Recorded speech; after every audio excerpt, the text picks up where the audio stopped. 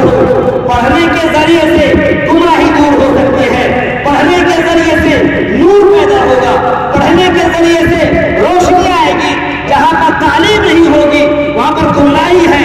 جہاں پر تعلیم نہیں ہوگی وہاں پر شیطنت، وہاں پر قانونیت، وہاں پر فرعونیت اندر آئے گی. جہاں پر تعلیم نہیں ہوگی وہاں پر انا ربکم الاعلی کا نعرہ ہر بچہ، ہر نوجوان، ہر انسان بلند کرے گا. جہاں پر تعلیم نہیں ہوگی وہاں پر اندھوں کا راج ہوگا. جہاں پر تعلیم نہیں ہوگی وہاں پر فرعونوں کا راج ہوگا. جہاں پر تعلیم نہیں ہوگی وہاں ابو لہب کا راج ہوگا. جہاں پر تعلیم نہیں ہوگی وہاں ابو جہل کا راج ہوگا.